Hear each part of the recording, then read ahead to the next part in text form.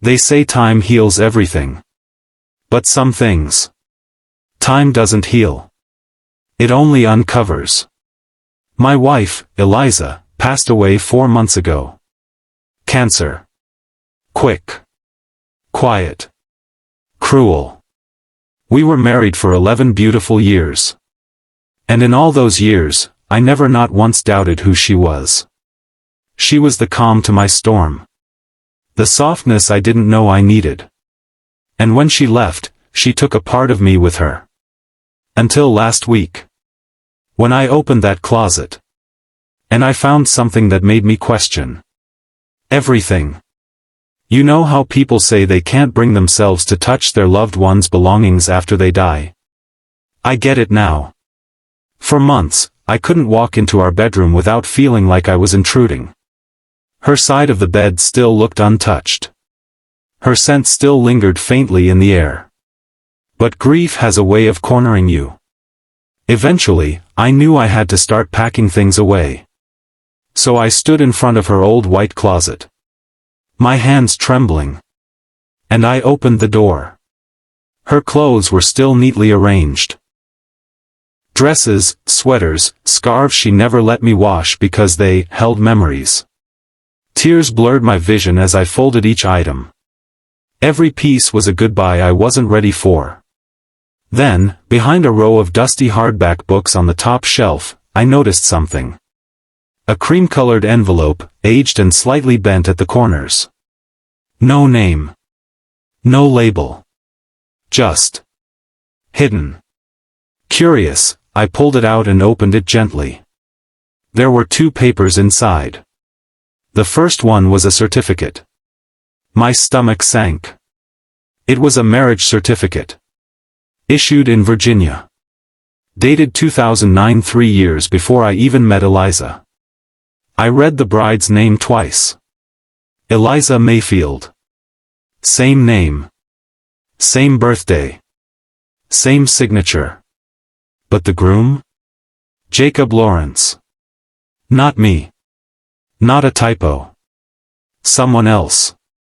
I stood there in silence. For a moment, I forgot how to breathe. The room felt like it was shrinking around me. I checked the certificate again. Again. Again. Same handwriting. Same date. Same woman. The person I married, the person I grieved, the person I cried for every night since she died. She had been married before. And she never told me. I looked down at the name again. Jacob Lawrence. And for the first time since her death, I whispered aloud. Who the hell is Jacob Lawrence? I sat on the edge of our bed with the envelope still in my hand. The ceiling fan hummed above me, but all I could hear was silence. Jacob Lawrence. It wasn't just the name. It was the way it stared back at me, confident, printed in bold like it had always belonged next to hers. I read that certificate 5 times. Held it to the light. Checked for watermarks. I even Googled how to spot fake marriage documents. But this wasn't fake. It was real. It was legal. It was binding. And I wasn't the man listed next to her when she signed her first vows. I told myself maybe. Just maybe, it was a quick marriage. Something from her college days. Maybe it didn't last. Maybe she forgot to mention it. But Eliza wasn't the kind of woman who forgot. She remembered every birthday. Every dentist appointment. Every book I ever told her I loved. She had a habit of reading them herself just to talk about them with me. She didn't forget things. So why did she hide this? I pulled out her old journals. She had dozens. Leather-bound, floral, worn out from years of writing. But the ones from 2009 to 2012 were missing. Gone. Next came the paperwork. Tax records. Bank accounts. Old folders she stored in a chest under our bed. And that's when it got even more bizarre. There was a separate checking account. One I'd never seen. Opened in 2008, closed in 2011. With monthly deposits that didn't match her job at the time. No explanation. No receipts. I dug deeper. A few photos from a box labeled Old Friends looked suspiciously cropped. Some had empty space where someone had clearly been removed. One image still had half a man's shoulder left behind. I felt like a detective in my own marriage. I wasn't looking for dirt. But somehow, the truth was crawling out on its own. I looked at our wedding photo. Us smiling at the courthouse in 2014. She was glowing. I was in awe. But that certificate in my hand was dated August 2009. We met in 2012. If her marriage to Jacob wasn't legally dissolved before then, was she still married when we started dating? Was I the rebound? Was I a cover for something she was escaping? Was our marriage even real? My chest ached not from anger, but from a grief that was twisting into betrayal. I sat there in the dark, long after the sun had disappeared. My fingers hovered over my keyboard, typing the name again and again. Jacob Lawrence. I didn't know who he was. But I knew one thing now. I had to find him.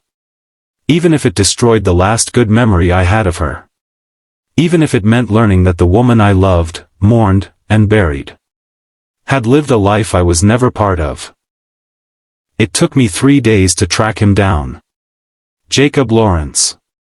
The man my wife had married before me.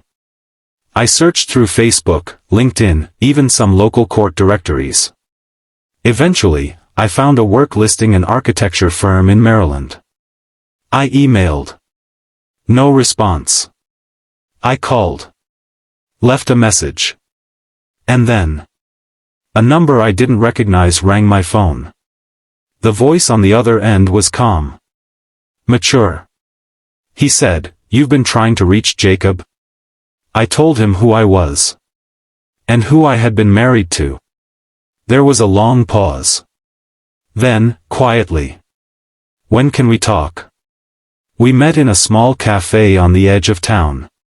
He was older than me, early 50s maybe. Salt and pepper beard.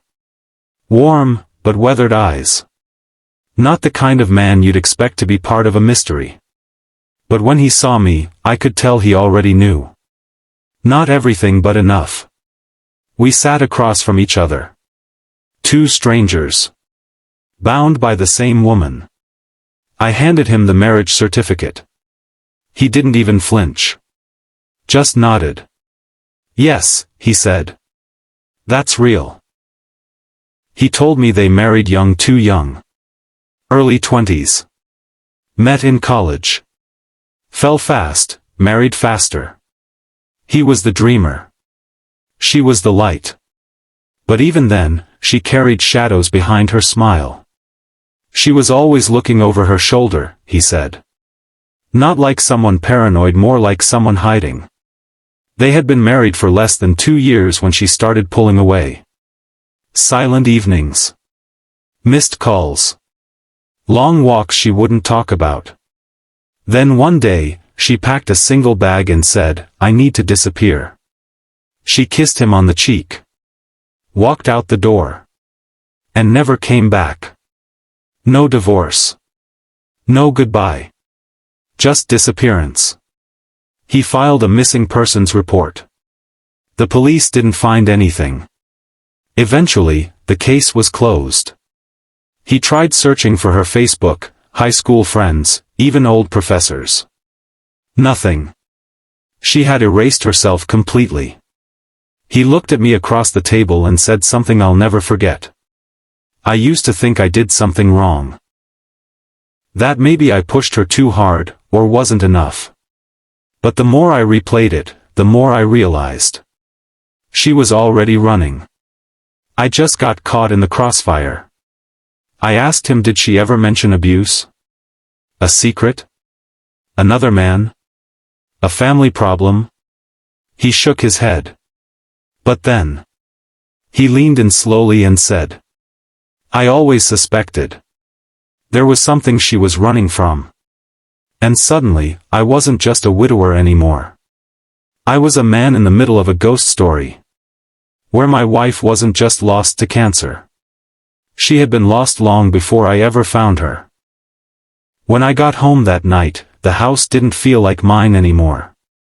Every corner, every photo, every candle she once lit, it all felt like it belonged to a stranger. Jacob Lawrence. A man from her past. And now I couldn't stop wondering. How much of my life was real? I sat in our bedroom for hours, surrounded by boxes I hadn't touched since the funeral. Then I noticed something strange. Inside one of her journals, tucked behind a loose flap of leather, there was a folded page. Crisp. Untouched. Like it had been hidden on purpose. No date. No envelope. Just my name, written faintly in her handwriting. If you ever find this. I unfolded it slowly, my hands trembling. It wasn't long, but it didn't have to be. Every sentence hit like a confession. And every line peeled back a layer of the woman I thought I knew. I never meant to lie to you. You were the safest thing that ever happened to me. But I wasn't safe, not when you met me, not even now. She wrote about Jacob. About how they married too fast, too young. How in the beginning, things were beautiful. But then came the control. The silence. The blaming. The night he came home drunk and she lost the baby. I remember laying on the cold bathroom floor, bleeding, and thinking, if I survive this, I have to disappear. She never reported him. She never told her family. She just packed her things, changed her number, burned her old ID. And left. She became Eliza Mayfield. And she started over in a new city. Where she met me. She never filed the divorce papers, not because she wanted to stay married to Jacob. But because she didn't want to leave a trail. You were my second chance. I wanted to tell you so many times. But every time I saw how safe you made me feel, I just couldn't risk losing that. I didn't want to be her anymore. I stared at her handwriting for what felt like forever. This wasn't the woman who made pancakes on Sundays. Or the woman who kissed me in the rain the day we eloped. But maybe she was. Maybe that was the real her, not what she escaped from. I folded the letter. Sat it down gently. And stared at the wall for hours. Not because I was angry. Not even because I felt lied to. But because I realized I had spent 11 years loving a woman and I still didn't know her real name. It's been 3 weeks since I found the letter. 3 weeks since I learned the woman I buried wasn't the woman I married. At least, not entirely. I haven't told anyone. Not my friends. Not my family. Not even her parents. I just couldn't. How do you explain that your wife, your best friend, your person was someone else before you? And she never told you? How do you mourn a woman while also mourning the version of her you never got to meet? I keep asking myself the same question over and over. Do I still love her? It should be simple. She lied to me. She hid an entire marriage. She disappeared from someone else's life, changed her name, and stepped into mine. But here's the thing. She also held my hand every night when I couldn't sleep. She celebrated every one of my wins like it was her own. She wrote me little notes and hid them in my lunchbox like a child in love with love itself. She made this house a home. So now I'm stuck in a place I didn't know existed, somewhere between love and betrayal. I finally did the only thing I could think of. I came here to Reddit. Because I don't know how else to say this out loud. I'm not here for sympathy. Or anger. Or, you should sue her estate. I just need to ask one question. Am I a fool for still loving a woman who lied about everything? I read her letter every night before I go to sleep. Not because I'm looking for more answers. But because in that letter, I hear her voice again. And maybe, just maybe, that voice, whoever she was, whatever she'd been through, was the version she chose to be when she was with me. She wasn't who I thought she was. But maybe neither was I.